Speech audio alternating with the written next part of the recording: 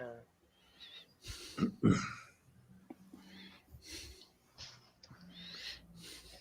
Boa tarde a todas as pessoas que estão acompanhando aí no canal do YouTube.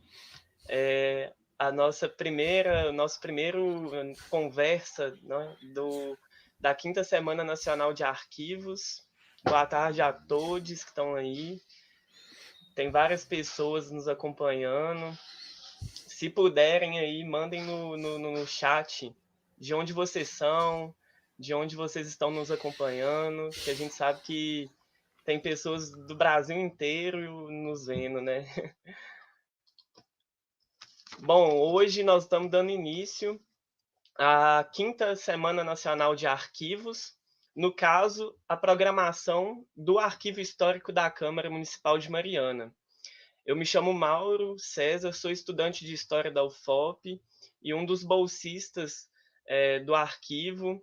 E antes de tudo, eu quero agradecer a todas as pessoas que estão acompanhando, agradecer ao Marco Antônio, ao Renato, que estão aqui conosco, que vão dar início com a nossa programação. Agradecer também a equipe do arquivo, que está construindo esses. Vai ser a semana toda, né, de evento. Então, primeiramente, agradecer a todos vocês por estarem aqui conosco. Espero que seja um debate muito proveitoso, muito rico para todo mundo. Bom, como deve ter gente aí do Brasil inteiro, vou apresentar o arquivo, né, antes de tudo também. O Arquivo Histórico da Câmara Municipal de Mariana é o arquivo que tem sob guarda a documentação dos poderes públicos municipais desde a criação da Vila de Nossa Senhora do Carmo em 1711 e de seu termo até inícios do século XX. Então, a gente tem sob guarda uma documentação camarária do século XVIII, XIX e um pouquinho do XX. Uma documentação muito extensa, muito rica. E hoje o arquivo é coordenado pela professora Anne Torres, que também está aí nos acompanhando, pelos bolsistas e pela equipe de voluntariado que constrói o arquivo hoje. E a quinta Semana Nacional de Arquivos é uma semana em que os arquivos, as instituições arquivísticas, né, se dedicam a refletir sobre os arquivos, a divulgação dos trabalhos que são feitos nos arquivos, em função do dia 9 de junho, que é o Dia Internacional do Arquivo, né? E a Semana Nacional de Arquivos no Brasil, ela é organizada, né, pelo Arquivo Nacional, e ela, no mundo todo, também é organizada pelo Conselho Internacional de Arquivos. Inclusive, existe o site que vai ser enviado aí no chat do YouTube, que é o site da semana, que tem a programação de todos os arquivos aí do Brasil que estão construindo a Semana Nacional de Arquivos. E nessa quinta edição, o tema é Empoderando Arquivos, e nesse sentido a gente construiu uma programação em que durante essa semana a gente vai ter debates, mini-curso, e em torno desse tema. Inclusive a gente convida mais uma vez a todos vocês a procurarem a programação no nosso Instagram, no nosso Facebook, e se inscreverem, participarem dos debates, do minicurso que vai ter, enfim. E é justamente pensando nesse tema, né, empoderando arquivos, que a gente está iniciando a semana com essa conversa, que a gente tem como título, né, Arquivos em Tempos de Negacionismo. E é justamente para a gente refletir sobre como os arquivos, né, por meio do acesso à informação, da gestão documental, da preservação da memória, se posiciona, se relaciona num mundo em que ou num momento em que o negacionismo histórico, o negacionismo científico se tornaram imperativos, né, no debate público. E pensando isso, a responsabilidade e transparência governamental, o fortalecimento, né, da democracia, da cidadania e dos direitos. Então, é nesse sentido que a gente convidou os professores Marco Antônio Silveira e o Renato Venâncio para estarem aqui hoje, né? O Marco Antônio Silveira é professor do curso de História da Universidade Federal de Ouro Preto, da UFOP.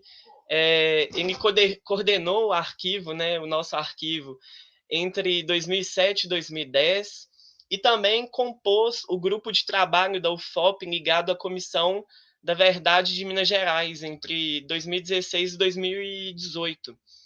E o professor Renato Venâncio é professor do curso de Arquivologia, né, da UFMG, foi coordenador do Arquivo Público Mineiro, o APM, entre 2006 e 2008, e também foi da seção brasileira, da Comissão Luso-Brasileira para Salvaguarda e Divulgação do Patrimônio Documental, ligado ao Conselho Nacional de Arquivos e ao Arquivo Nacional, né, entre 2006 e 2008, né. E recentemente também, em 2018, lançou um texto chamado O Incorreto no Guia Politicamente Incorreto da História do Brasil, que está disponível online no portal HH Magazine, que é um portal de divulgação científica das humanidades, ligado à revista História da Historiografia, que é daqui do programa de pós-graduação em História da UFOP. E, enfim, é nesse sentido que a gente vai dar abertura aqui a essa conversa, para a gente refletir, então, sobre o momento que a gente vive, sobre história, sobre a importância do arquivo na preservação da verdade, e como anda, né, a verdade em um momento em que se negam os fatos históricos, se nega as ciências, né? E é por isso que a gente convidou os professores. A dinâmica da nossa conversa vai ser basicamente a seguinte: os professores vão estar conversando, as pessoas que estão nos acompanhando podem mandar questões aí no chat, que a gente está acompanhando, e posteriormente a gente vai estar trazendo aqui também para o debate. Mais tarde também, daqui a pouco, vai ser enviada uma lista de presença para quem quer e precisa de certificados. E, enfim, basicamente é isso. A gente está muito feliz, a equipe do arquivo está muito feliz em estar com essa programação e estar com todo mundo aqui acompanhando e com professores. Então, eu passo a palavra para o professor Marco Antônio e a gente dá início, então, ao nosso debate, a nossa conversa aqui. E, mais uma vez, agradecer a todos que estão nos acompanhando. Tá com a vez, Marco Antônio. Muito obrigado pela presença. Ok. Tá dando para me escutar, Mauro? Sim? Sim. Bom, então gostaria de agradecer, né, o convite que me foi feito, agradecer a Anne, o Mauro e todos que estão participando da organização do evento, dizer que isso me causa uma grande satisfação, né, de poder estar aqui, e que também me causa muita satisfação de poder estar dividindo essa mesa com o Renato, né. Eu organizei uma apresentação, eu vou seguindo as minhas anotações para não me alongar, para ser objetivo, né, para conseguir falar de entre 20 e 25 minutos e não mais do que isso, né, para não cansar vocês, né. Então, enfim, eu vou partir aqui, né, o meu objetivo vai ser mais o de tratar essa questão do negacionismo mesmo, né, de que negacionismo a gente está falando, né. Então, tomando como base, né, um entendimento de que todos aqueles que trabalham com arquivos se encontram hoje diante de um desafio de grandes proporções, eu acredito ser importante que a gente tente entender melhor no que consiste o debate sobre o negacionismo. Então, para isso, seria preciso, me parece, responder a duas questões.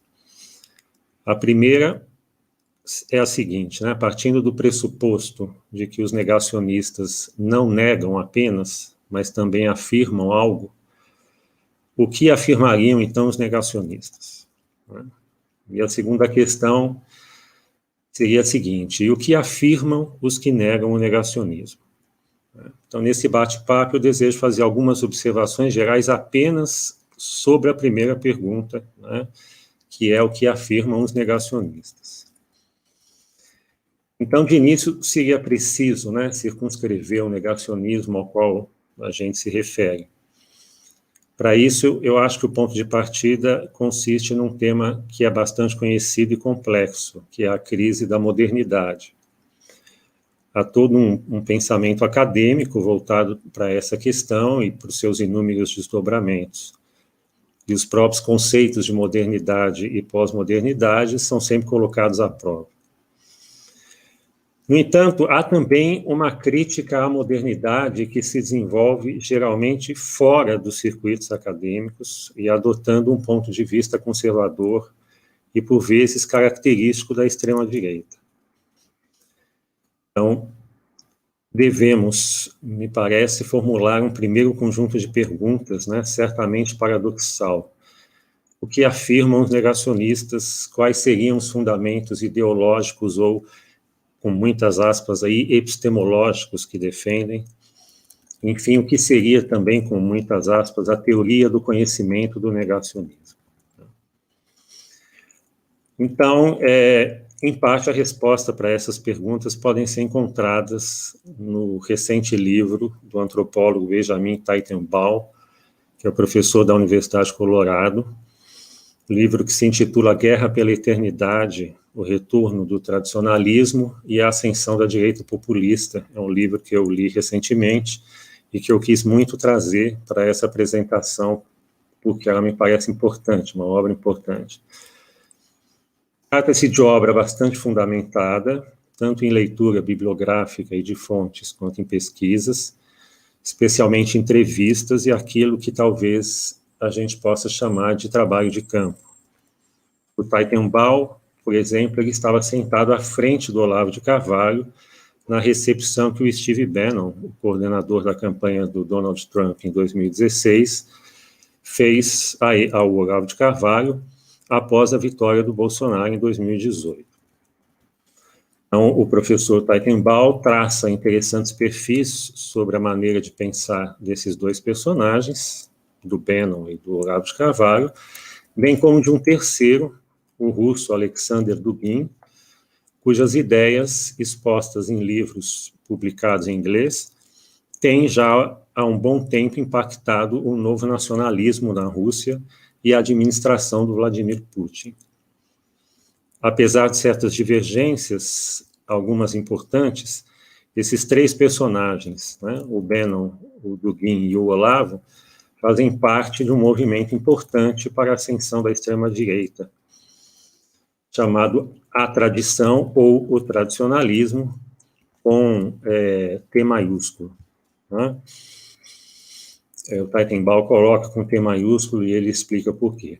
Então, eu remeto os ouvintes ao livro do Teitelbaum, mas eu gostaria aqui, de maneira muito breve, de mencionar que o tradicionalismo ele não recebe esse nome por consistir numa espécie de nostalgia em relação ao passado perdido, mas sim por remeter a uma concepção de tradição que articula uma visão cíclica do tempo a uma concepção de sistema de castas, bem como prega a superação do materialismo do mundo moderno em prol da emergência de verdades e experiências espirituais que seriam eternas.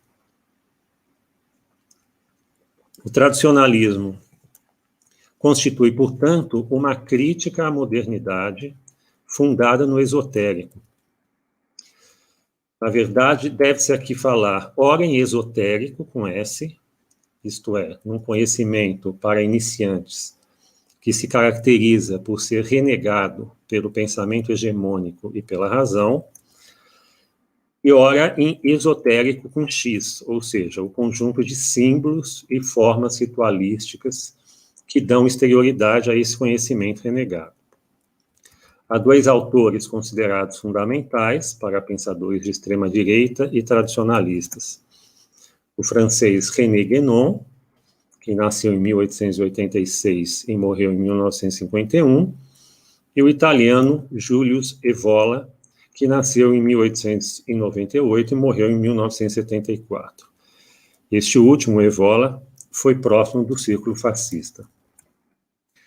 Então, sempre lembrando, né, que as minhas observações são pontuais e simplificadoras, eu desejo destacar que, segundo as análises do Teitelbaum, a noção cíclica do tempo, que prevê desde uma idade do ouro até um período de degeneração, se combina no tradicionalismo com a visão de sociedades organizadas em três castas: os sacerdotes, os guerreiros e os comerciantes.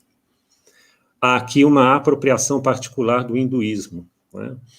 O hinduísmo não é a única religião apropriada por esse grupo, mas é uma religião importante. Eu estou falando de apropriação, né? Não estou jogando nada nas costas do hinduísmo.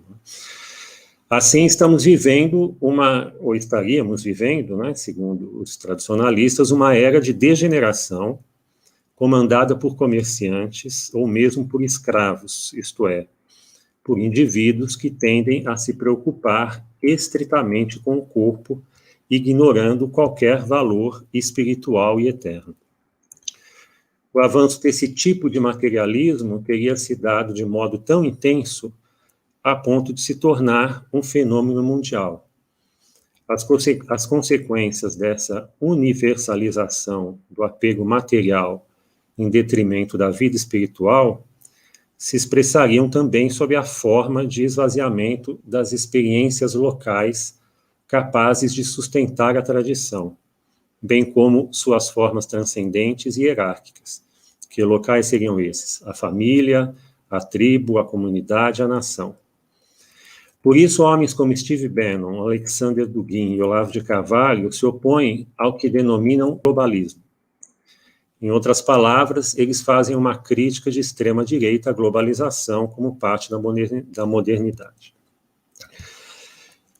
É verdade que os três têm posições diferentes sobre onde se encontra o bem e o mal. Para o Dugin, que é russo, né, ferrenho defensor do que denomina de Eurásia e das tradições orientais, o mal se encontra nos Estados Unidos. Para Bannon e Olavo, teria havido uma inversão. O mal estaria agora no Oriente, na medida em que a China vai se tornando o motor da globalização. Assim, o foco da revitalização espiritual seria a tradição judaico-cristã presente nos Estados Unidos, em Israel e em países como o Brasil. O Brasil, aliás, pelo fato de ser supostamente mais arcaico e menos moderno, a visão deles poderia vir a desempenhar um papel importante nessa revitalização. Mencione-se ainda outro elemento de possíveis divergências entre os tradicionalistas, o papel da ação humana. De um lado, a dinâmica cíclica, por ser eterna, tenderia a promover a destruição do ciclo globalista atual por si mesma, sendo poucos os iniciados capazes de entender o que se passa. De outro, pode-se pensar que a ação humana teria algo a contribuir para o fechamento do ciclo. De todo modo, a palavra de ordem é destruir os elementos globalistas, que vão desde o capital financeiro até o chamado marxismo cultural, passando por movimentos feministas e antirracistas, e, segundo eles, contribuiriam para subverter as hierarquias dispostas pela eternidade. O sacerdote acima do comerciante, o homem acima da mulher, o branco acima do negro, ou, numa outra vertente não propriamente biológica, a raça espiritualmente superior acima da raça espiritualmente inferior. Enfim, o tradicionalismo seria, em aspas, né, a teoria do conhecimento dos negacionistas, aquilo que faz com que suas negações sejam ora tomadas como afirmações válidas, ora entendidas como estratégia aceitável para a destruição do ciclo materialista e globalista de comerciantes e escravos. Este é o caso também do modo como as fake news são utilizadas. Contudo, é importante observar ainda que tal maneira esotérica de conceber o mundo acaba por criar uma espécie de jogo de espelhos, no qual a extrema-direita se apresenta como projeção da esquerda, ao mesmo tempo que também a projeta.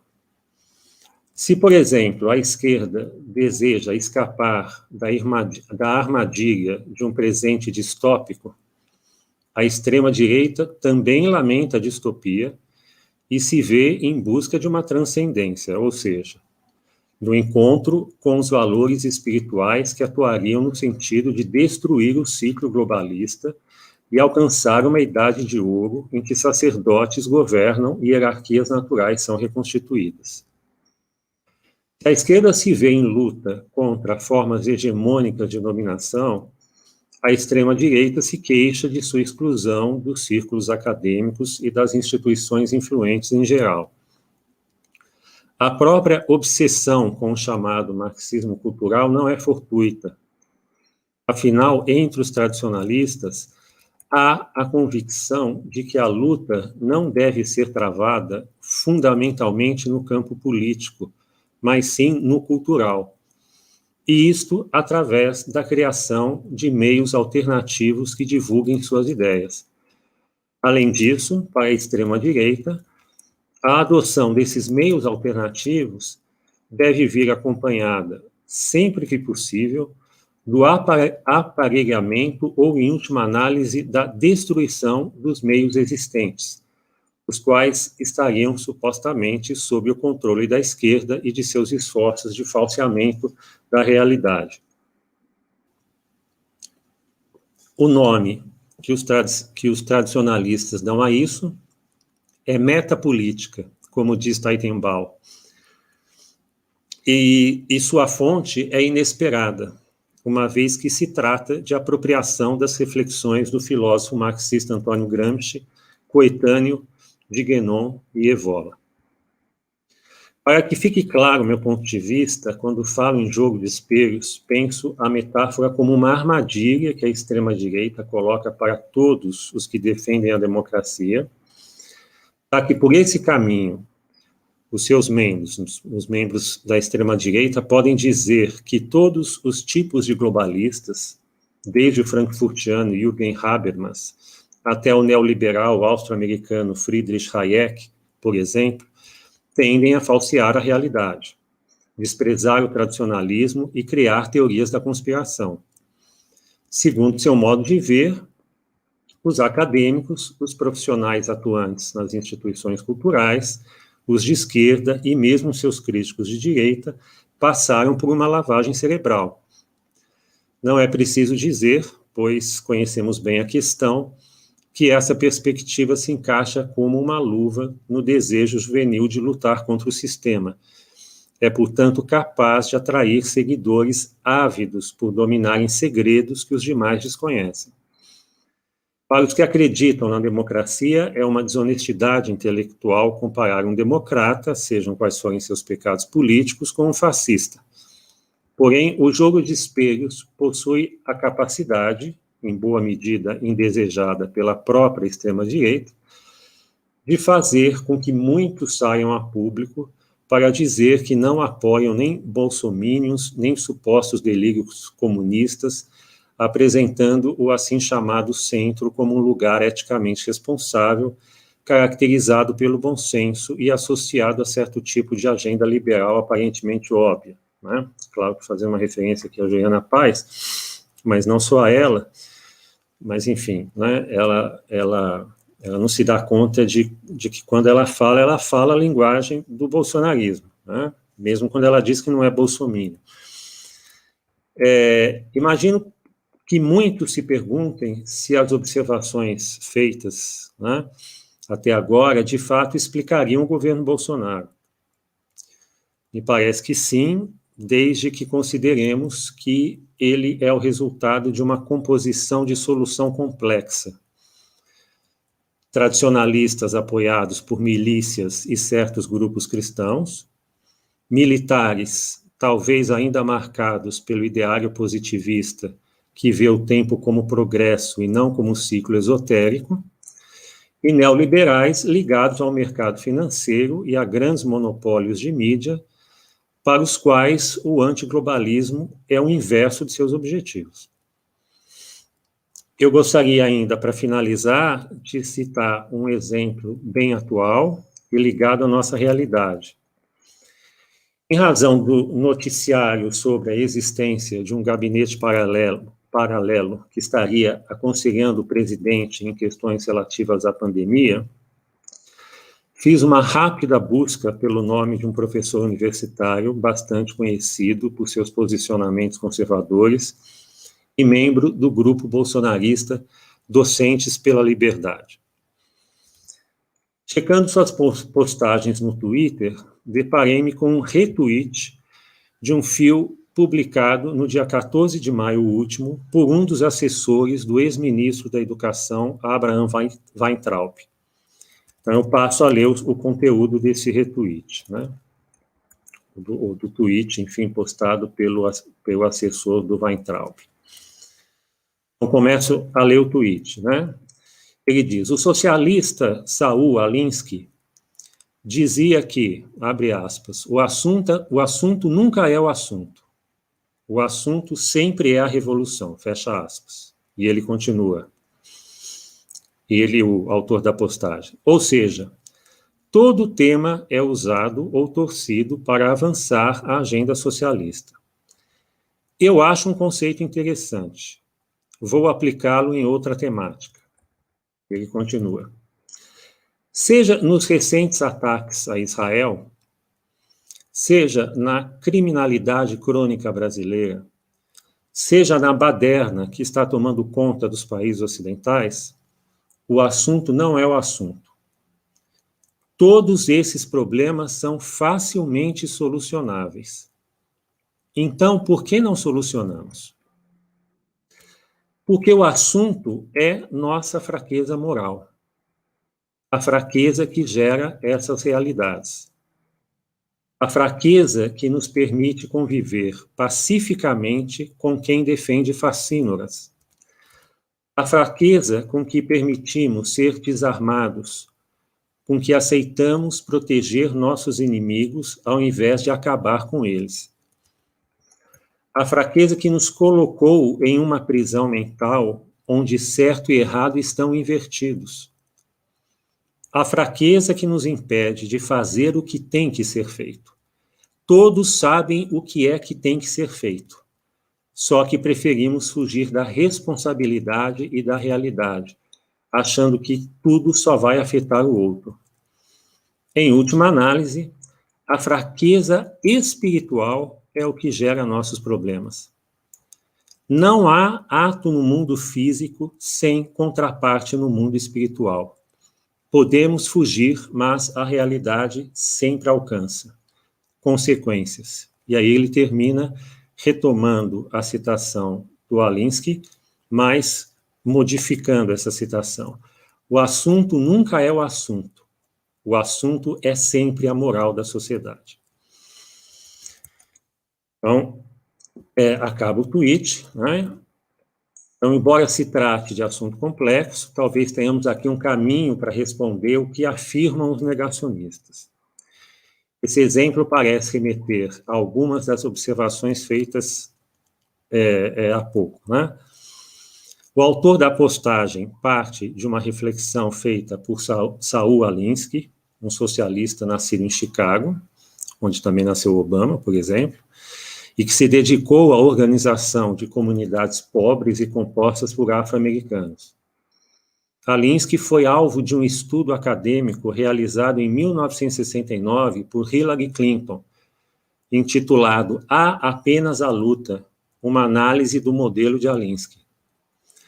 A afirmação de Alinsky não é negada, mas apropriada e reformulada. No lugar de o assunto é sempre a revolução, insere-se o assunto é sempre a moral da sociedade. Contudo, a ideia de combatividade em relação ao sistema hegemônico permanece. No final do fio de tweets, surge a afirmação de que não há ato no mundo físico sem contraparte no mundo espiritual. Afirmação que sugere ser a moral da sociedade, mencionada no final da postagem, uma questão esotérica. É estabelecida uma relação entre 3 elementos: os ataques contra Israel, expressão dele, a situação brasileira, definida como a criminalidade crônica brasileira, e, também expressão dele, a baderna que está tomando conta dos países ocidentais, um fenômeno aparentemente globalista. A solução para esses problemas correlacionados é claramente expresso: acabar com nossos inimigos, o que estaria sendo impedido pela fraqueza moral do seu grupo, seja ele qual for. Essa fraqueza moral, que faz com que o grupo fuja à sua responsabilidade, também palavra dele, ao seu dever ético, trará consequências tanto no mundo físico quanto no espiritual, pois, em aspas, a realidade sempre alcança, ou seja, há algo inevitável que acontecerá, seja qual for a ação humana. Num raciocínio desse tipo, o negacionismo pode facilmente emergir como a estratégia por meio da qual se afirma a verdade esotérica. Não é dessa forma que as ciências lidam com o problema da verdade no universo acadêmico. Seria interessante, nesse sentido, tentar responder outra pergunta, sem dúvida bastante espinhosa: o que afirmam os que negam o negacionismo? Mas essa é uma outra história. Muito obrigado.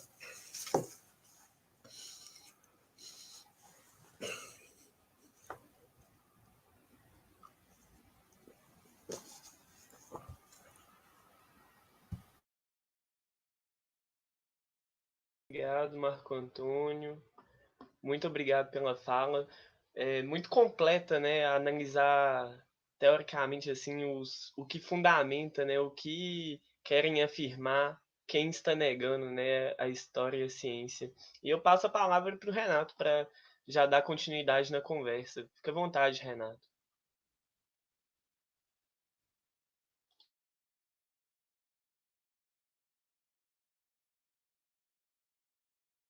Não tá, agora está. Eu gostaria de iniciar, então, agradecendo os organizadores, cumprimentando a todos e a todas, cumprimentando o professor Marco Antônio, dizendo que o arquivo histórico da Câmara Municipal de Mariana foi muito importante para a minha vida profissional. Eu cheguei a ser coordenador do arquivo, e foi uma experiência muito gratificante, né? O professor Marco Antônio, é uma felicidade eu poder compartilhar e aprender muito com o que ele apresentou. Ele já traçou aí um painel da complexidade do tema e uma apresentação que nos ensina muito. E o que eu trouxe aqui, na verdade, recuperando aí como foi na apresentação inicial do Mauro, quando ele apresentou o objetivo do evento, 2 provocações, vamos dizer assim, e depois a gente iniciar um debate a respeito delas. A primeira provocação é o seguinte: esse termo negacionismo, ele originalmente se referia a negar a ocorrência do Holocausto, e ponto final. Então, se falava negacionistas, eram aqueles que diziam que o Holocausto não existiu, né? Enfim, que não houve fornos crematórios, que os campos de concentração eram campos de trabalho, e assim por diante. Nos últimos tempos, ele foi alargando, né, aí os campos em que se aplica esse termo. Então, ele foi, o sentido dele foi sendo ampliado né? E eu me pergunto se isso essa é a primeira provocação, se isso é bom ou ruim, porque eu acho que isso aí pode gerar também uma quebra de foco, às vezes, na questão principal do tema a ser tratado. E aí eu cito como exemplo, foi mencionado também pelo Mauro, a questão dos livros de história politicamente incorreta. Eu cheguei a fazer uma resenha, né, sobre um desses livros, e eu não considero propriamente um exemplo, esse conteúdo produzido nos livros politicamente incorreto como um exemplo de negacionismo histórico. Eu trabalhei nesse texto, né, que foi feita referência, mas como uma impostura intelectual, né, no sentido lá do livro do Sokol e do Bricquemont, Imposturas Intelectuais, quer dizer, é a pseudociência, é o deslocamento de terminologia. No caso, especificamente, é um uso incorreto, ou pelo menos muito questionável, ou truncado das fontes. E eu prefiro pensar esse tipo de produção, mas como imposturas intelectuais. Eu acho que isso diz mais respeito à natureza desse tipo de produção do que propriamente atribuir essa noção genérica. Eu poderia até pensar o seguinte, é um negacionismo do conhecimento científico. Mas eu poderia dizer assim, eles negam o conhecimento ou a metodologia da área de história, né, em vez de usar negacionismo. Então, eu me preocupo, e essa é a primeira provocação, em que sentido esse alargamento aí da abrangência do termo negacionismo, ele é bom ou ruim. Ele realmente, do ponto de vista do conhecimento, ele gera uma perspectiva que é interessante, ou ele, na verdade, acaba desviando o foco da questão principal, né? Então, isso aí é uma questão que eu queria deixar aqui para vocês, para a gente começar a discutir. E a outra questão, como se trata de um evento de arquivo, na semana de arquivo, discutir um pouco essa dimensão propriamente arquivística, né? Os livros politicamente corretos, eles não usam, pelo menos o que eu pude consultar, documentos de arquivo, eles usam, na verdade, bibliografia, e há uma leitura enviesada dessa bibliografia, né? Então é passível de se pressupõe que o leitor não vai consultar o livro original que está sendo citado, porque é um livro grande público, etc. Então é permitido essas truncagens, vamos dizer assim, que são constantes. E isso é muito importante ser discutido, porque quando quem experimentar, por exemplo, frequentar os sites desses grupos de extrema-direita vinculados a esse tipo de produção, eles orientam os alunos do ensino médio, fundamental, mesmo na universidade, a não citar o livro, mas citar as fontes que eles citam, as fontes bibliográficas, para embasar essas interpretações que são politicamente incorretas, né, ou sem definidas. Então, essa é uma questão importante. No caso dos documentos de arquivo, a provocação que eu trago aqui é o seguinte, é uma ideia que eu aprendi muito no campo da arquivologia e me parece que às vezes não é muito clara para os historiadores. Os documentos de arquivo não são produzidos para a escrita da história. Isso na arquivologia chama de valor secundário do documento de arquivo. Ele pode, em algum momento, né, ser usado para isso, mas a razão de ser dele não é a escrita da história. E aí que está realmente a dimensão interessante desses documentos, porque se ele não é o documento de arquivo ele não é originalmente produzido pelas instituições ou pelas pessoas, nós temos arquivos pessoais, qual é a razão de ser dele? Ele, na verdade, eles são registros de uma ação. Essa é a definição que mais se aproxima de um documento de arquivo. Eles são registros de uma ação de uma instituição ou de uma pessoa física. Então, eles são fiéis a essas instituições e essas pessoas físicas.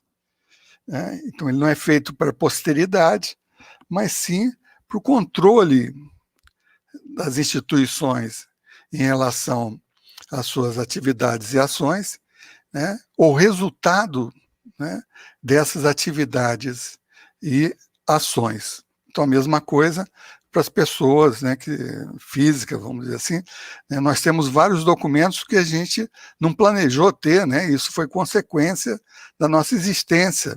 É o caso do próprio registro de nascimento, quer dizer, nem é a gente mesmo que produz, é um documento produzido no âmbito de iniciativa da nossa família.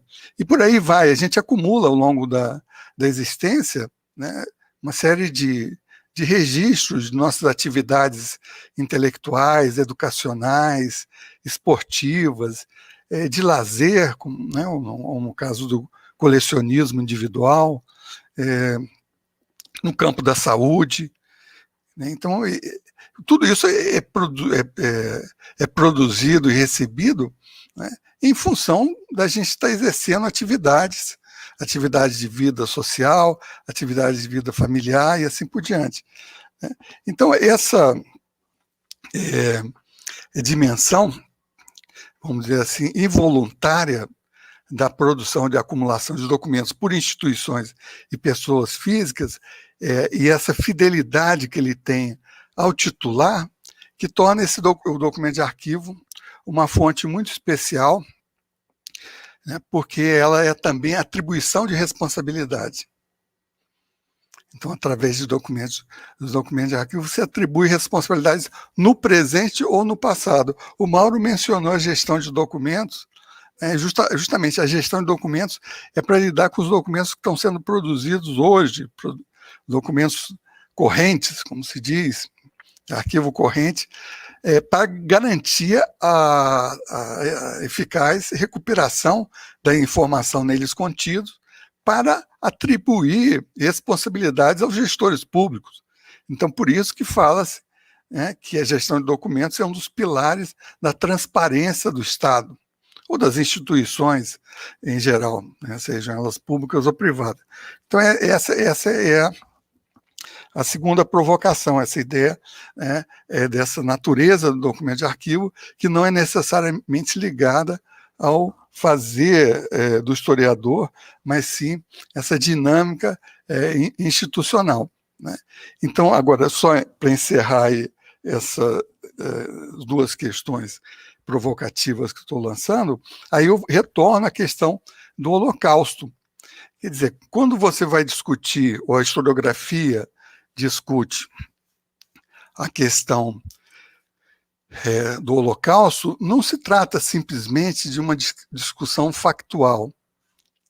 Né? Se trata de uma discussão também de natureza de como é produzido o conhecimento em relação ao passado.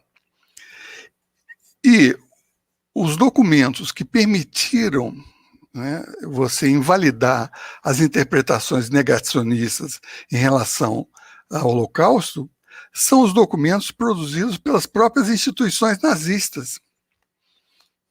Então, através desses registros, né, você pode atribuir responsabilidade aos nazistas, e como esses registros são fiéis ao titular, eles acabam, né, tornando esses nazistas transparentes em relação às suas intenções ou atividades e ações efetivamente desenvolvidas nos campos de concentração.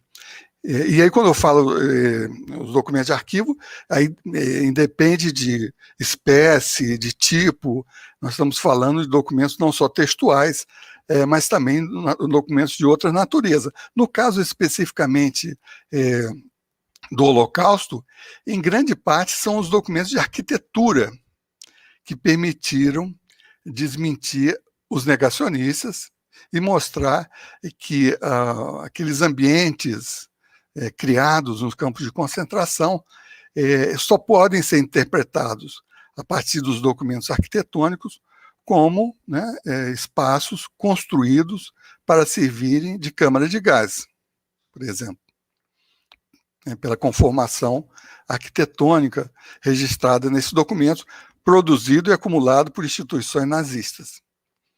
Então, por isso que os documentos de arquivo são importantes, né, porque eles permitem essa atribuição de responsabilidade, seja no presente, seja no passado. Obrigado.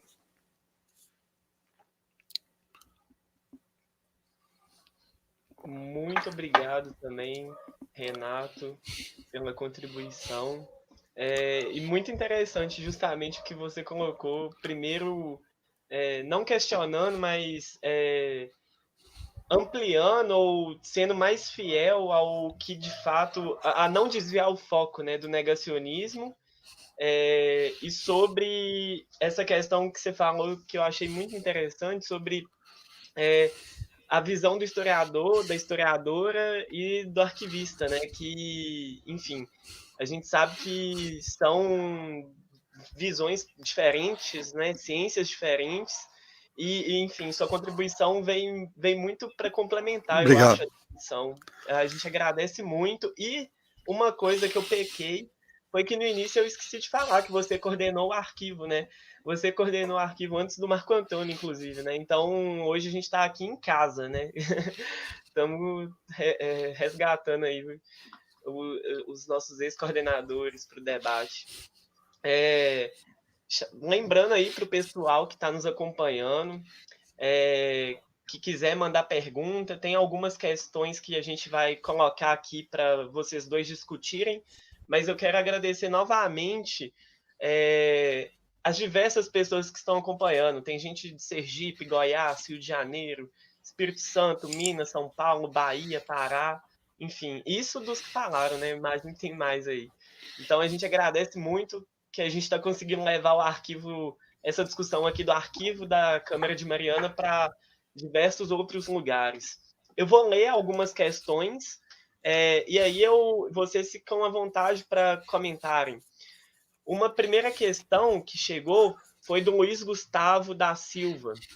Ele fala: professores, o PL, Projeto de Lei 7.920, da queima de arquivo, se constituiria negacionismo em alguma medida? Depois tem outras questões também, mas vou deixar ela aí para vocês responderem. Posso falar, então? Bom explicar aí, né, esse PL referente, é um projeto de lei referente à digitalização de documentos. Então, desde a década de 60, nós temos legislação sobre microfilmagem. E essa legislação de microfilmagem, ela tem uma série de controles, quer dizer, a empresa de microfilmagem, no caso aí de microfilmagem de documento de arquivo, tem que ser cadastrada no Ministério da Justiça, tem uma série de orientações de como deve proceder a microfilmagem, a sinalética, assim por diante. Então, isso permitiu atribuir um valor a esse documento microfilmado equivalente a determinados conjuntos documentais que ainda têm prazo de prescrição, que não autoriza a eliminação, etc. Então, você tem uma situação. Aí você tem essa PL da queima de arquivo que quer criar uma equivalência entre o documento digitalizado, né? Na verdade, entre a representação digital do documento e o original. E aí é um pulo no abismo, porque isso aí cria uma situação, primeiro, de insegurança jurídica, porque o documento digitalizado, ele ele pode ser manipulado. Tem algumas chaves, assim, algum procedimento de controle, mas é algo muito arriscado do ponto de vista de criar insegurança jurídica se você eliminar o original. Agora tem um problema mais sério, já que a gente está discutindo no campo mais do patrimônio, né, arquivístico brasileiro. O texto da CPL é muito vago em relação ao conjunto de documentos que, mesmo você digitalizando, não está autorizado a eliminação. Fala os documentos de natureza histórica ou considerados históricos não podem ser eliminados, mas não faz exigência de criação de comissão permanente de avaliação de documento de arquivo e de implantação de programa de gestão no órgão público.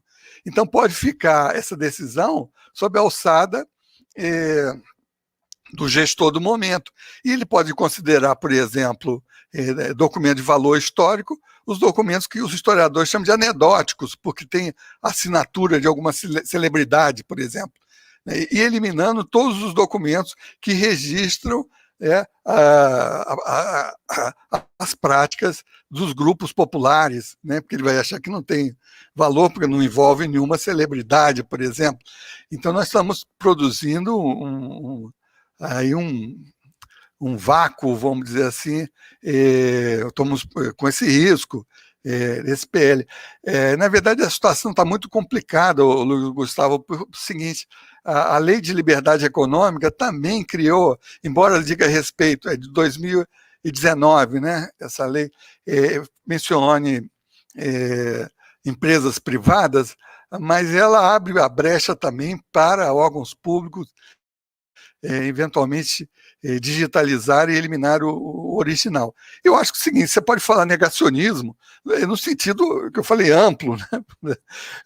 Por exemplo, hoje fala-se assim, o presidente do Brasil, ele não considera as queimas na floresta amazônica, então é negacionista, porque ele nega que haja queimada, né? Nesse sentido. Quer dizer, eu acho que isso aí, o Luiz Gustavo, acaba criando, então, pode criar mais problema do que solução, porque aí você cria essa necessidade de entender o que é negacionismo para entender o PL, entendeu?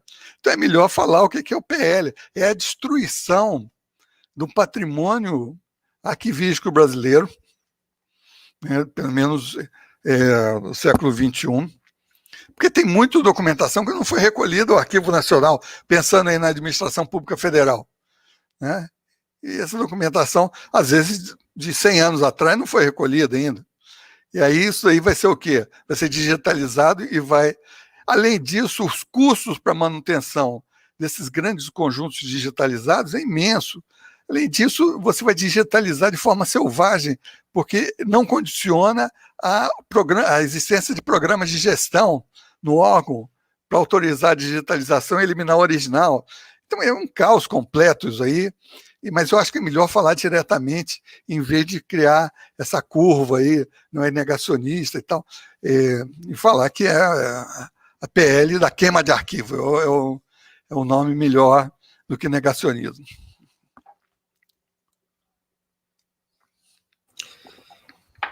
Eu gostaria de fazer uma observação, porque eu achei muito interessante o que o Renato falou, né, sobre essa questão da impostura intelectual, e me parece também de um certo risco de banalização, né, do termo negacionismo, né, que está muito ligado àquilo que efetivamente é inominável, né, a questão do Holocausto, tudo.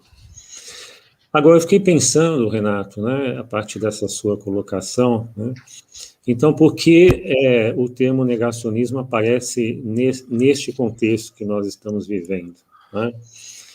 E eu fico me perguntando se o termo negacionista ou negacionismo, né, não aparece nesse contexto exatamente porque tem-se a sensação de que se está vivendo alguma coisa que, se não pode ser propriamente equiparada com o Holocausto, é algo que digamos, nos lembra o Holocausto, assim, né? Como seria uma espécie de retorno do fascismo, né?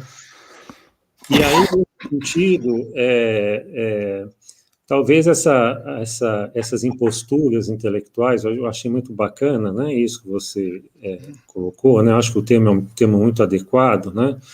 Essas imposturas intelectuais e mesmo essas tentativas de destruição, por exemplo, de arquivo, né? Talvez elas sejam estratégias, né, de alguma coisa que nos parece maior, né, porque nesse momento, por exemplo, existe uma associação, né, do presidente da República com a questão do genocídio, né, inclusive uma denúncia nesse sentido foi feita, né, uma denúncia que vai ser avaliada e também como historiadores, né, quer dizer, como pensadores, a gente também tem essa discussão se é aplicável ou não o termo de genocídio ao que acontece, né, etc. Mas eu me pergunto isso, né, se ainda que a sua distinção seja muito importante, né, tanto porque eu acho que ela designa com maior precisão, né, o que é efetivamente a impostura intelectual, o que é o trabalho dessas pessoas, né, e também suas considerações são muito atentas ao problema da banalização, né, do Holocausto, e acho isso importante. Mas se, enfim, se esses elementos, a impostura, a queima de documentos, etc., se eles não são hoje associados ao negacionismo, exatamente porque a gente tem a sensação de que a gente vive algo que é especialmente perigoso, né? Que é algo que é muito, muito particular, né?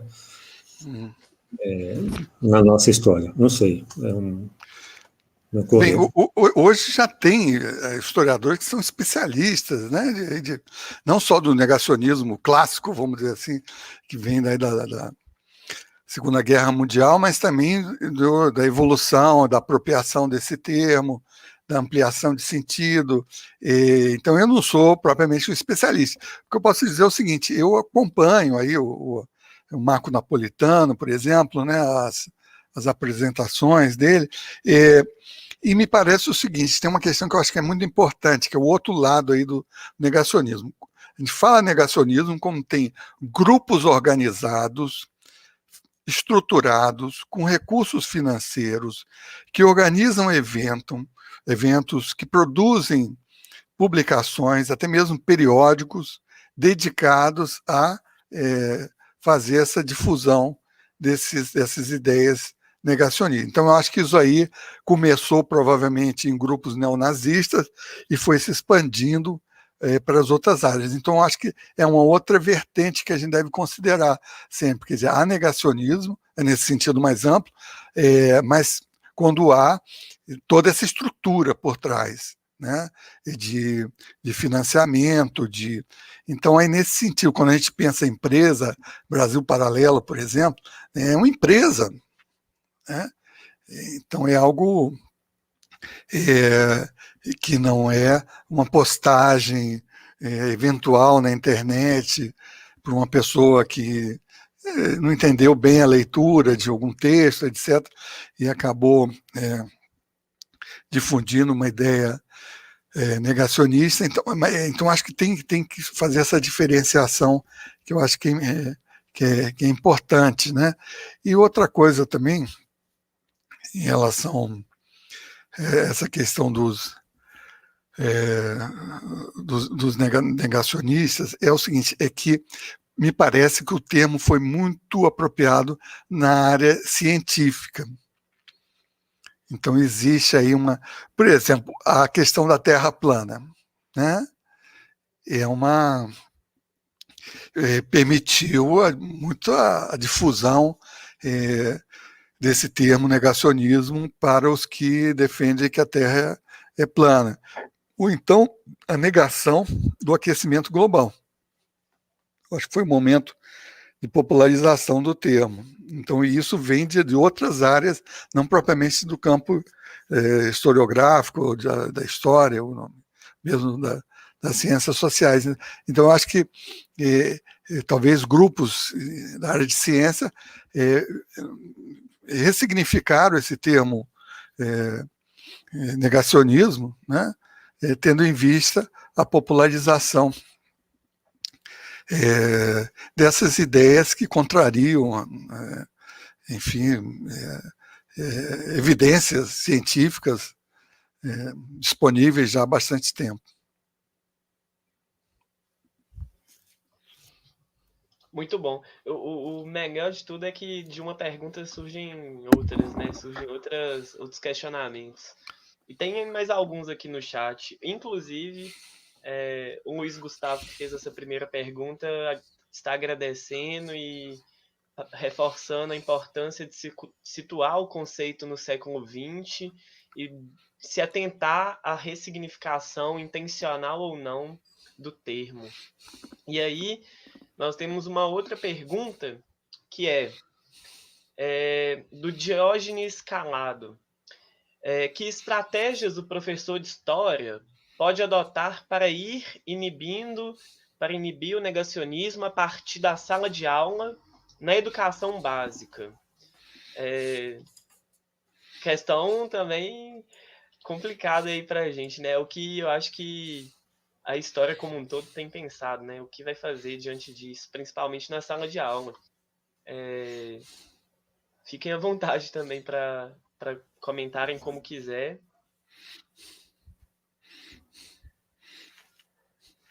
Bom, você quer começar, Renato? Pode. Não, começa você. Não, eu acho que isso remete um pouco a essa segunda questão que eu tinha colocado e que eu não pude desenvolver, que é o que afirmam os que negam o negacionismo, né?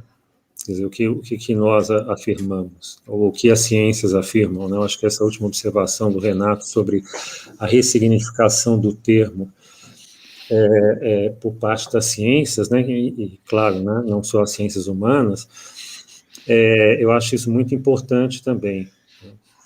Porque, assim, acho que existe um trabalho, né? Parece que essa é a sensação que fica, né? Que é um trabalho de relativização tão profunda de todos os conhecimentos, né? Cujo resultado, ao fim e ao cabo, seria a deslegitimação da própria ciência como saber, ou a ciência apresentada como um saber entre tantos outros, né? Eu sei que a ciência é uma coisa que não existe propriamente dita, né? Não é uma essência, a gente tem que discutir várias epistemologias, várias discussões, né? Mas acho que existe essa questão. E aí, me parece que o problema passa muito por isso, por aí, né? Então, ok, o que nós afirmamos, né? O que nós oferecemos, digamos, em contrapartida, né? E eu concordo, o Renato falava em um determinado momento sobre a questão factual, né? Eu concordo que a questão não seja propriamente factual, né? De ficar ali numa disputa de qual é o fato correto, qual é o fato incorreto. Mas talvez a questão seja de método mesmo, né? Porque é uma característica, né? Quer dizer, poderíamos apontar duas características, né, daquilo que, falando de maneira muito genérica, né, daquilo que constituiria o que nós entendemos como ciência, né? O primeiro elemento é que essa ciência, ela e não me refiro somente às ciências humanas, né, ela é sempre muito autocrítica, né? Ela ela desenvolve métodos, produz saberes e questiona esses métodos e questiona esses saberes. Agora, você não pode realizar esse questionamento de métodos e saberes, né, só porque você quer, né? Quer dizer, faz parte da própria metodologia e da própria epistemologia questionar os saberes que são produzidos. Então, em termos de educação, né, eu começaria pensando a partir daí, né, como que esse tipo de método poderia ser trabalhado em sala de aula, né? Mais do que as questões factuais propriamente ditas, né, eu acho que indicar essa capacidade autocrítica da própria ciência, né? Claro, isso aí não é muito simples, né, porque nós, dentro dessa discussão, né, do que é essa capacidade autocrítica, nós temos toda uma discussão muito complexa sobre o que é a verdade, né, porque quando nós falamos do negacionismo, não é que eles negam a verdade, nós afirmamos a verdade, porque no campo das ciências, a discussão sobre a verdade é uma discussão muito complexa também, né? E, mais uma vez, não é necessário falar estritamente das ciências humanas, né? Eu não entendo nada de física, mas a gente sabe que a física quântica e a física newtoniana não são a mesma coisa, né? E não tratam a verdade da mesma maneira.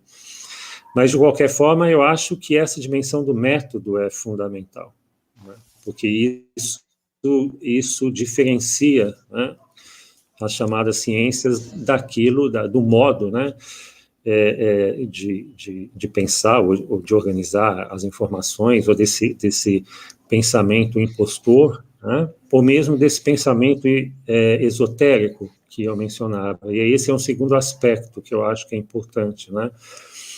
Esse pensamento esotérico, ao qual eu acho que nós devemos dar muita atenção, né? Acho que a próxima vez que alguém falar para vocês, mas esse Olavo de Carvalho é um astrólogo, isso é ridículo, né?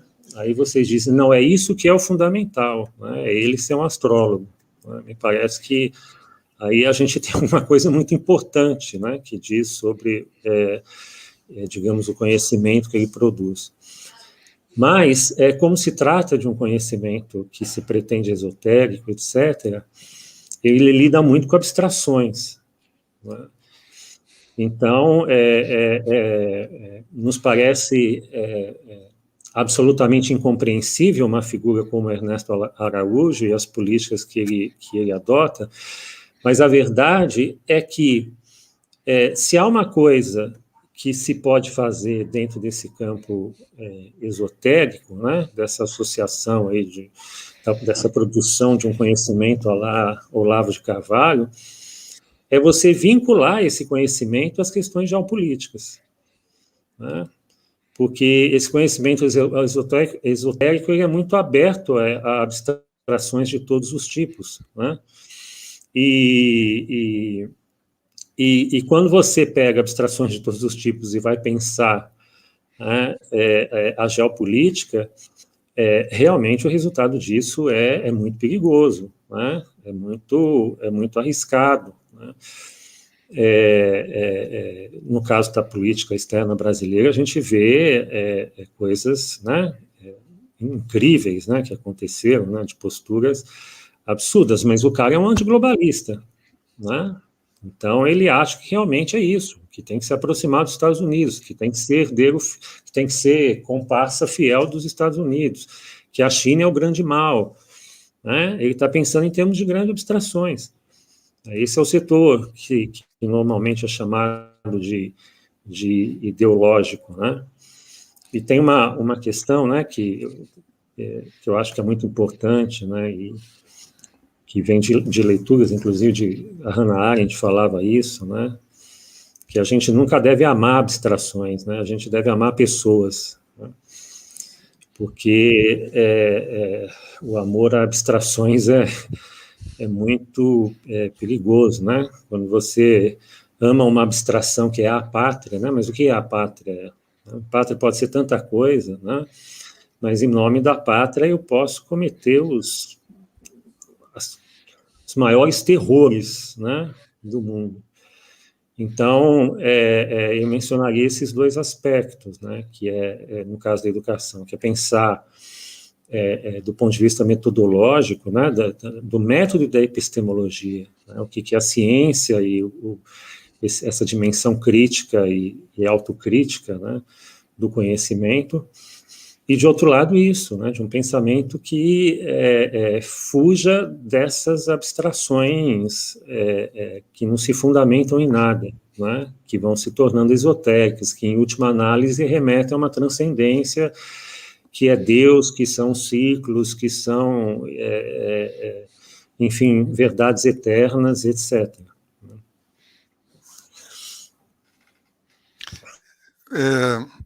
Terminou, Marco? Eu agradecer o Diógenes, porque ele dá a oportunidade de discutir aqui uma questão, na verdade, mais de uma questão que é muito importante. São duas questões. A primeira é o seguinte: em relação ao passado, o que nós temos são resíduos. Então, quando nós terminarmos aqui essa live, nós vamos ter os registros dela, só. São o que sobrou dessa atividade, ou dessa ação. E o que acontece com os negacionistas? Eles partem do pressuposto que o leitor nunca vai consultar as fontes que fundamentaram o argumento deles. E essas fontes, ou eles são inexistentes, né? Ou são outras fontes parciais também, ou é fruto de uma leitura truncada delas. Né? Quando você fala fontes parciais, pode ser porque você vai criando um labirinto. Você faz uma afirmação, vamos botar aqui negacionismo no sentido amplo, né? De uma afirmação sem fundamento, aí cita outra referência bibliográfica. E aí você chega nessa referência, ela cita outra referência, né? Então, você cria essa rede aí de labirintos em relação à informação. Quando cita uma informação fidedigna e autêntica, às vezes é de forma truncada, porque essa que é a questão. Quer dizer, quando a gente fala, por exemplo, no caso dos documentos de arquivo, nós não estamos falando da verdade, mas nós estamos falando de autenticidade. O conteúdo dele pode ser totalmente falso, né? Mas ele é autêntico porque você consegue identificar a proveniência, quer dizer, quem o produziu, quem o acumulou. Na década de 90, circulou na Europa, Alemanha, Inglaterra, a suposta descoberta do diário de Hitler. Né? Olha, independente aí do conteúdo do diário, você fala, são as verdades, não. Né? É justamente a proveniência que é o mais importante, quer dizer, você entender como o Hitler pensava. Né? E foi feito todo um esforço de análise para confirmar essa proveniência, para saber se ele era autêntico, o diário, independentemente do conteúdo. E aí foi análise forense, foi o Arquivo Nacional da Alemanha com a polícia, fizeram análise forense e descobriram, por exemplo, que o papel era depois de 45, que a tinta era depois de 1945. Então, não é um documento autêntico. Percebe? Então, existe essa questão.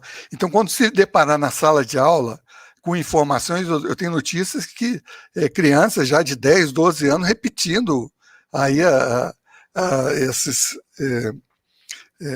interpretações distorcidas e truncadas dos livros politicamente incorretos. Né? E aí você tem que chamar o seguinte, mas qual é a fonte? Né?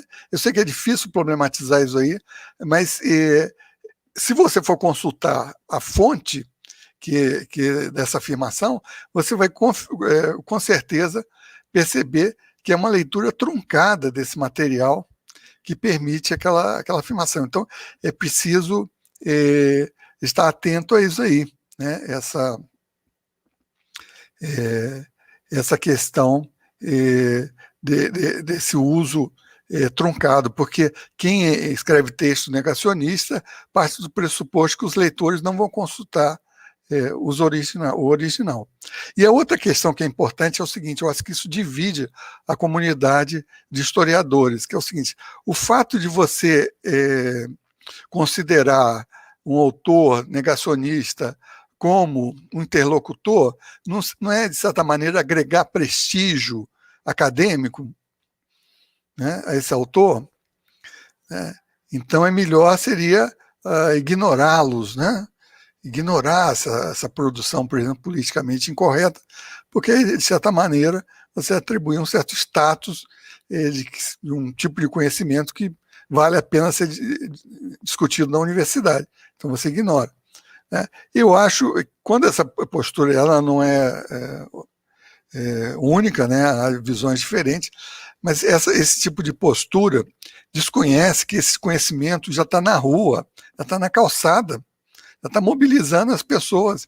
Então, eu acho que isso que você colocou chama atenção para os professores, para a importância de se discutir, né, no curso de História, de graduação de História, esse tipo de produção e alertar para os problemas e para essa série de artimanhas que os negacionistas, aí no sentido amplo, empregam, entendeu? Para fazer um texto que tem informações falsas, mas que aparentemente inspira confiança. E as fontes, volto a dizer, é a base disso. Não só fontes arquivísticas, fontes bibliográficas, aí documentos no sentido mais amplo possível, informação fixada em algum suporte, vamos dizer assim. Então, o guia lá politicamente incorreto da história do Brasil, a bibliografia é a melhor possível. Ótima, excelente. Não tem nenhuma restrição. A bibliografia pode ser usada até como um guia aí para leituras, etc. Muito boa bibliografia. Então, esse é o problema, entendeu? Eu acho que a gente tem que prever essas discussões nos cursos de história. Eu acho que já está ocorrendo, mas ainda não está, ainda há divisões aí em relação a essa questão se devemos eleger como interlocutores. Tá? Ô Mauro, eu poderia só acrescentar, que eu achei muito importante isso que o Renato acabou de falar também. Eu acho que a gente, de fato, tem que levar a sério, né? Porque já está na rua, né? E eu queria acrescentar que também, embora a gente chame muita atenção para isso, né, para essa questão do rigor metodológico, né, de como que a gente pode desconstruir, né, essas imposturas intelectuais, que, como o Renato falou, aparecem muito truncadas, né, quer dizer, às vezes são afirmações que elas começam bem, digamos assim, né? E aí, de repente, elas tomam um rumo que você fala, meu Deus do céu, né? Mas a pessoa diz assim, não, mas tá vendo? Começou bem, está fundamentado, esse argumento, né?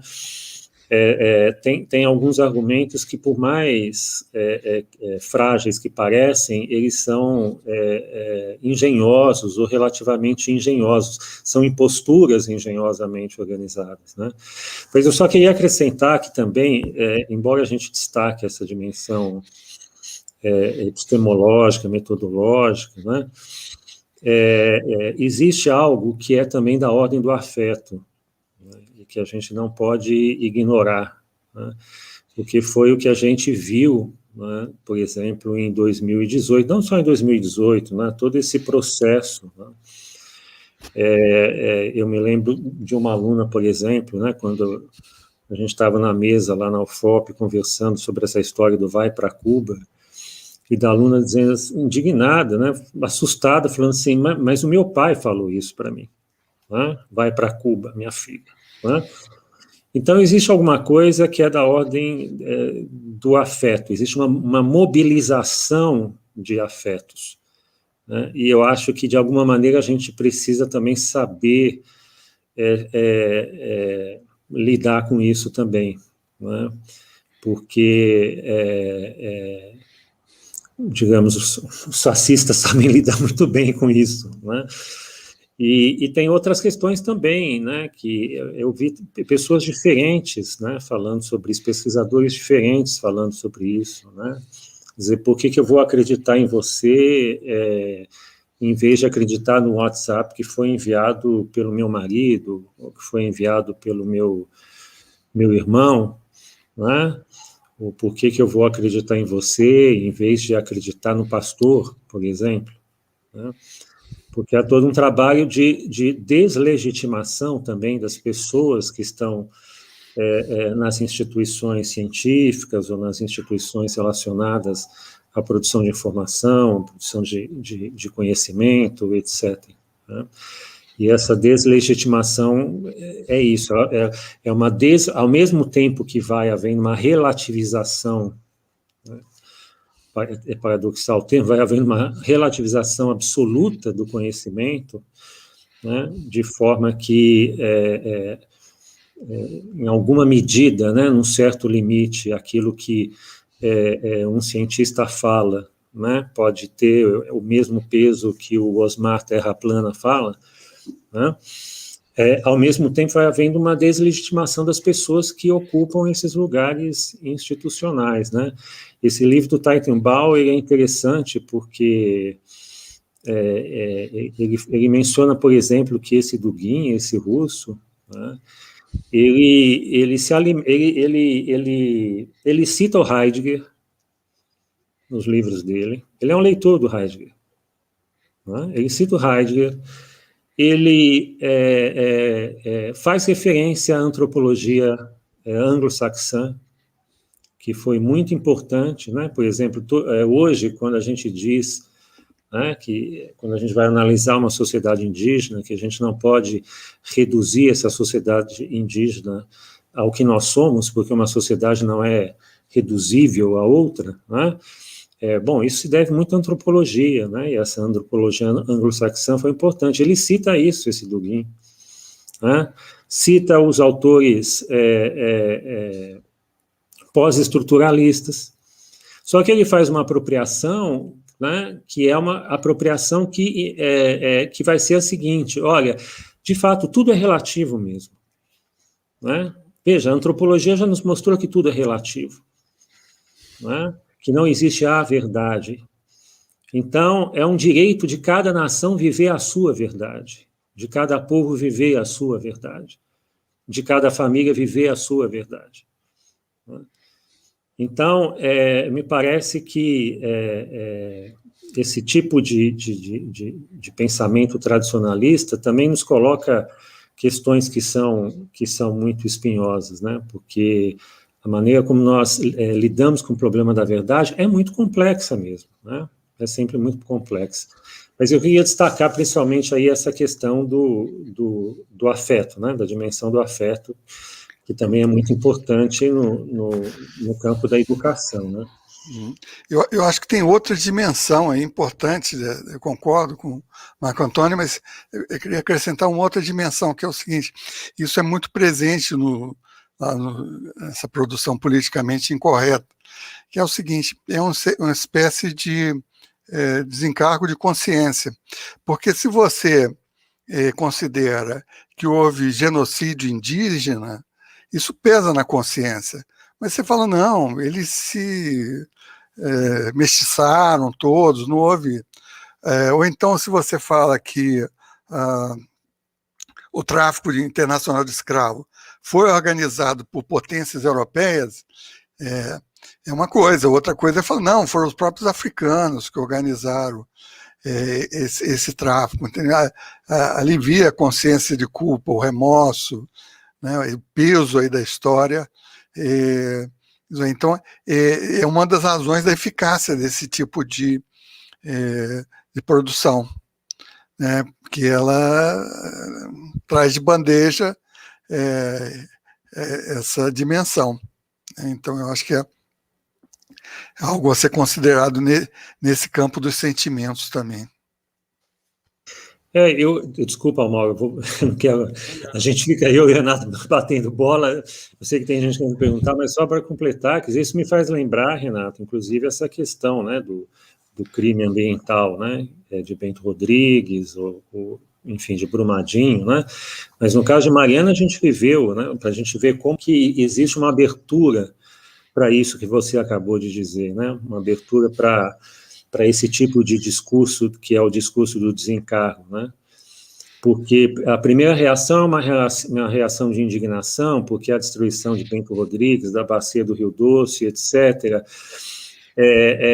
Mas depois, né, quando a empresa mineradora é paralisada e as pessoas não têm emprego e começam a surgir problemas, aí essa questão se coloca, né, para a população de Mariana, né, que estou citando Mariana, mas poderia ser de outros lugares, né, que é o seguinte: bom, claro, foi uma tragédia, não, foi um crime, né, foi um crime, e esse crime nos causa indignação, Mas, por outro lado, eu preciso que o meu marido trabalhe, eu preciso que o meu filho trabalhe, e como é que eu resolvo essa questão, né?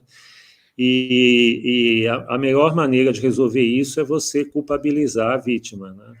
Aí começam a surgir discursos do tipo, mas tem gente aí de Bento Rodrigues, tem jovem aí que está recebendo não sei quanto por mês para ficar lá batendo papo na calçada e sem fazer nada, né?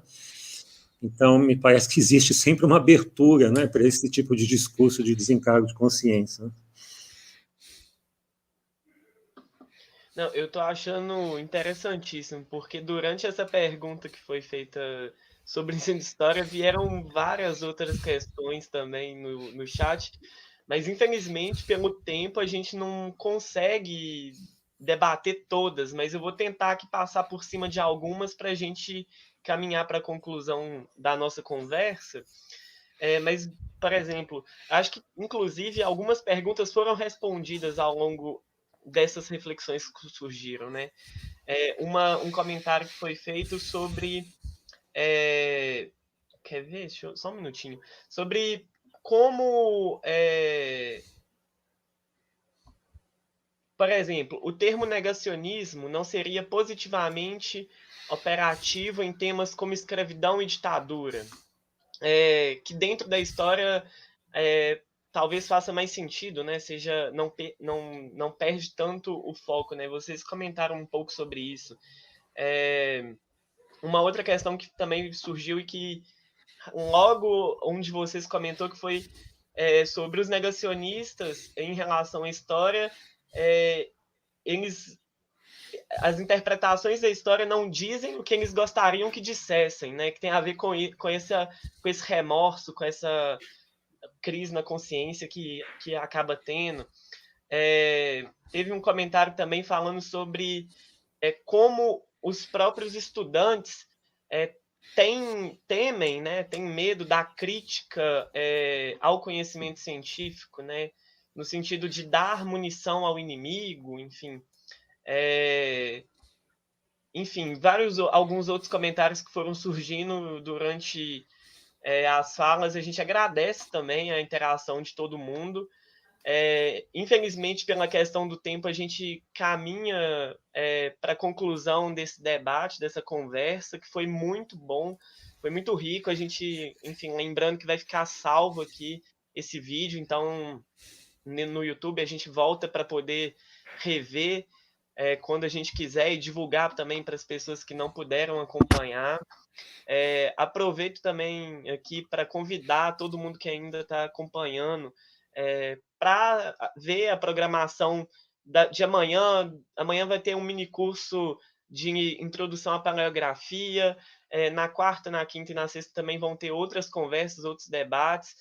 Se inscrevam, participem, é muito importante. Está sendo muito. Eu tenho certeza que com essa conversa de hoje a gente já está dando um primeiro passo aqui na semana muito bom. E para concluir, de fato, eu quero perguntar se vocês querem, qual mensagem que vocês querem deixar aí para o pessoal que nos assistiu, que nos acompanhou, diante de tantas questões que surgiram, né? O que vocês deixam assim diante dessa discussão toda para o pessoal? Qual o fechamento? O que vocês gostariam de dizer? Fiquem à vontade aí na ordem.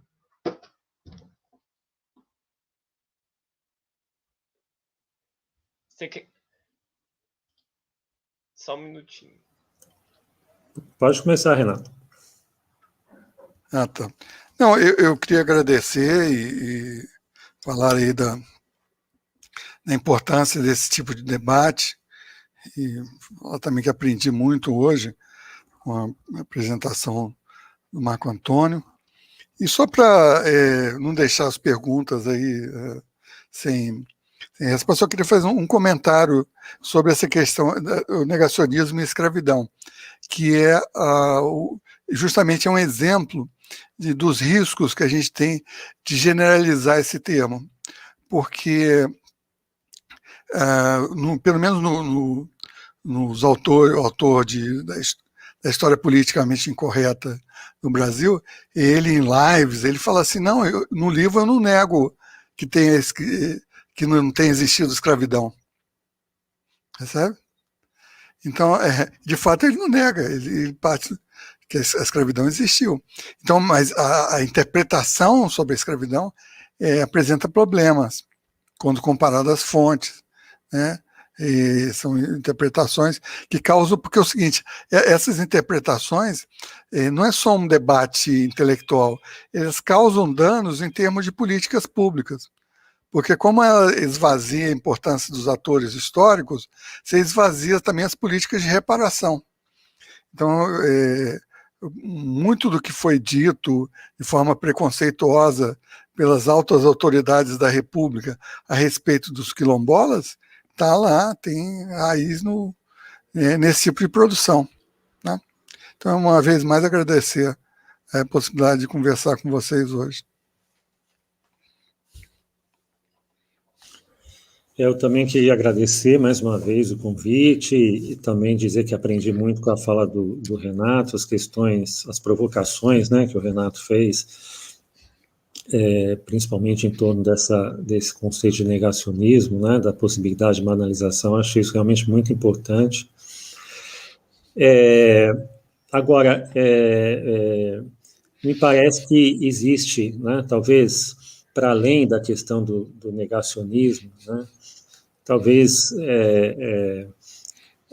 uma questão fundamental seja exatamente essa de deslegitimação, né, dos saberes científicos, né, sempre lembrando que existe toda uma discussão, né, dentro do campo científico sobre esses saberes, mas uma deslegitimação dos saberes científicos e daqueles que ocupam, né, os lugares institucionais onde esse saber é dito. E eu não acho que essa deslegitimação ela é passageira, né? Eu acho que ela vinha acontecendo já há bastante tempo e a gente não dava muita bola, né? Ou tendia, a maior parte de nós, né, tendia a ridicularizar exatamente porque se encontrava à margem.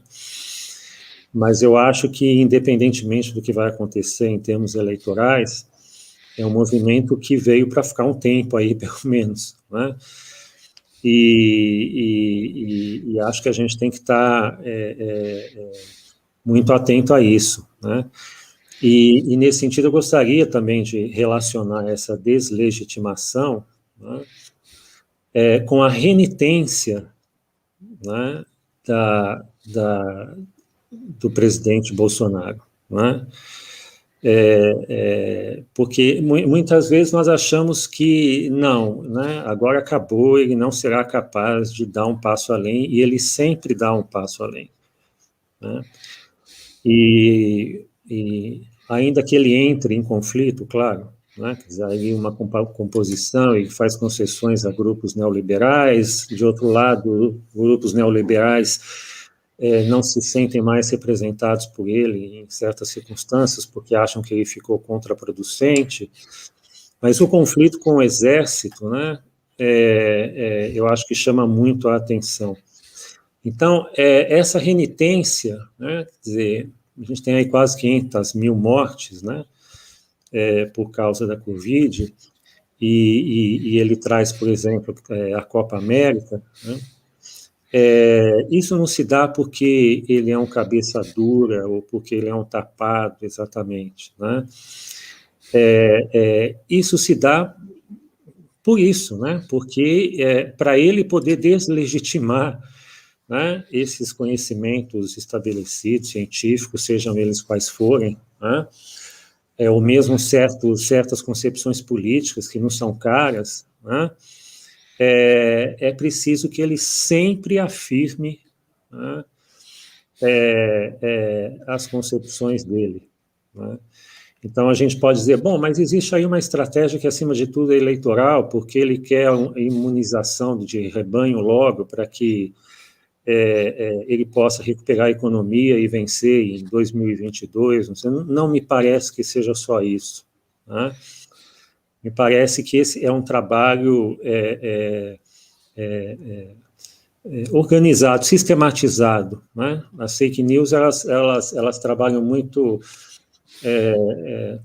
numa espécie de blitzkrieg, né, numa espécie de guerra relâmpago, assim, né, quer dizer, ela atua em várias frentes, você acabou de receber uma fake news, enquanto você está começando a explicar, já surgiram outras 10, né, então parece que é um ataque maciço, né, é um bombardeio que deixa totalmente desorientado, né, isso é muito comum na guerra, né. Os Estados Unidos fazem muito isso hoje, né? Quando vão começar uma guerra, eles começam bombardeando para deixar a população desorientada, né?